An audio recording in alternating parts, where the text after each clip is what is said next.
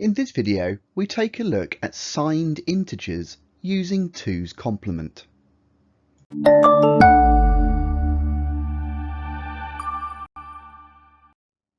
So we know from our previous video that the smallest, or you could say lowest number we can represent in binary is 0.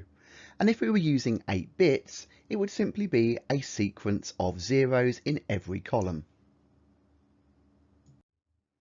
We also know that if we add ones at all in any column, the number becomes positive and increases in value. So even if we put a 1 in the smallest column weighting on the right, we still have a value that's increased from 0. So this begs the question, if adding any ones at all increases the value of a number, how can we possibly represent negative numbers in binary? For example, -10.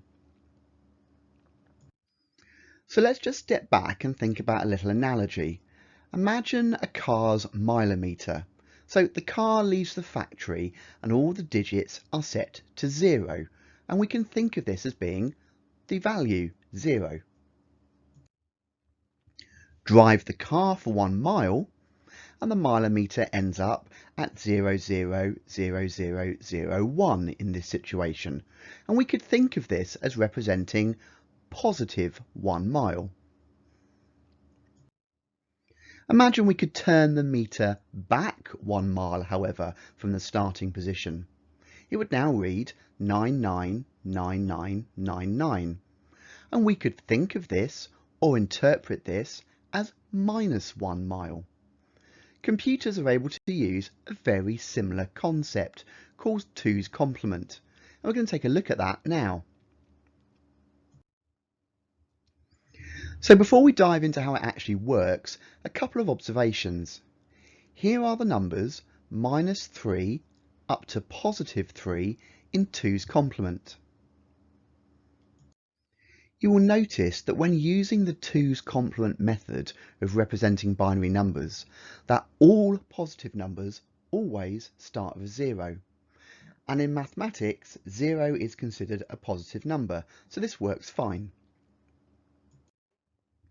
Likewise, you'll notice that all negative numbers always start with a 1. So let's take a look at how this actually works. So here's our standard binary weighting line, starting with a 1 on the right hand side and then doubling as we move left, 2, 4, 8, 16, etc. You'll notice that when using the 2's complement method, the most significant bit, the MSB, so that's the leftmost bit, now represents a negative value. So we've gone 16, 32, 64, and instead of the left column representing 128, it now represents -128. Okay, so now we've changed our weighting line, let's try representing the positive number 117. Well, it's a positive number, therefore the most significant bit must be a 0, so we'll pop that in. And then obviously, like we've shown you in the previous video, we pop 1s in every column we need to add the values to 117. So we have a 1 in the 64 column, plus a 32, plus a 16, plus a 4, plus a 1. And we have a positive 117. Well, now let's store the negative version of 117. Well, as mentioned earlier, all negative numbers in binary start with a 1 in the left-hand column if we're using 2's complement. Because we have a value of a -128, because we have a 1 in that left column, we've got one lot of a -128. We now need to place 1s in the columns to bring the value up to -117.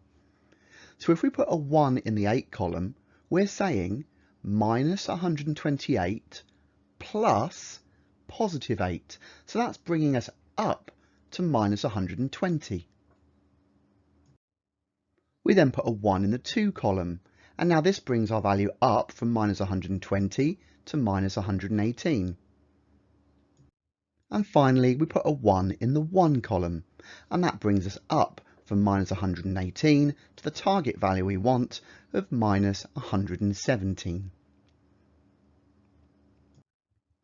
Now, there is actually a really neat trick that you can use that always works, which turns a 2's complement number into its negative version.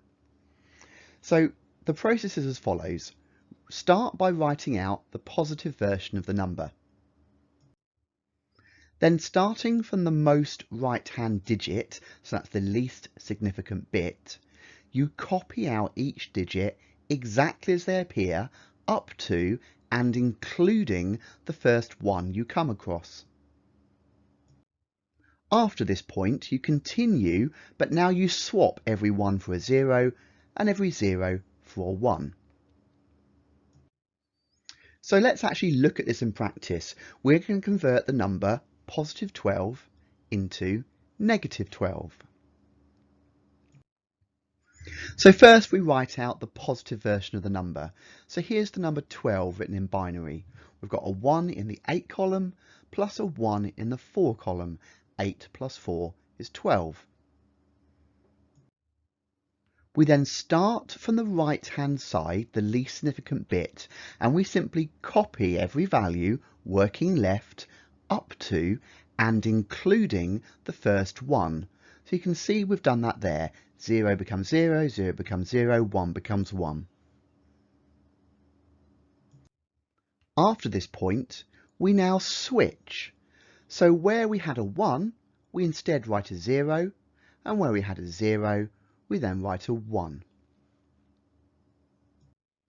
What you've ended up with is the negative version of 12, and this works every time. Now, in a video coming up in this series, we're going to show you how to add two binary numbers together. Once you've watched that video, you'll be able to prove to yourself that what you've got on the screen here is correct. Because as you know, if you add plus 12 to minus 12, you should end up with 0. And indeed, if you perform addition on these two numbers, you will end up with a row of 8 zeros. Give that a go once you've watched the video.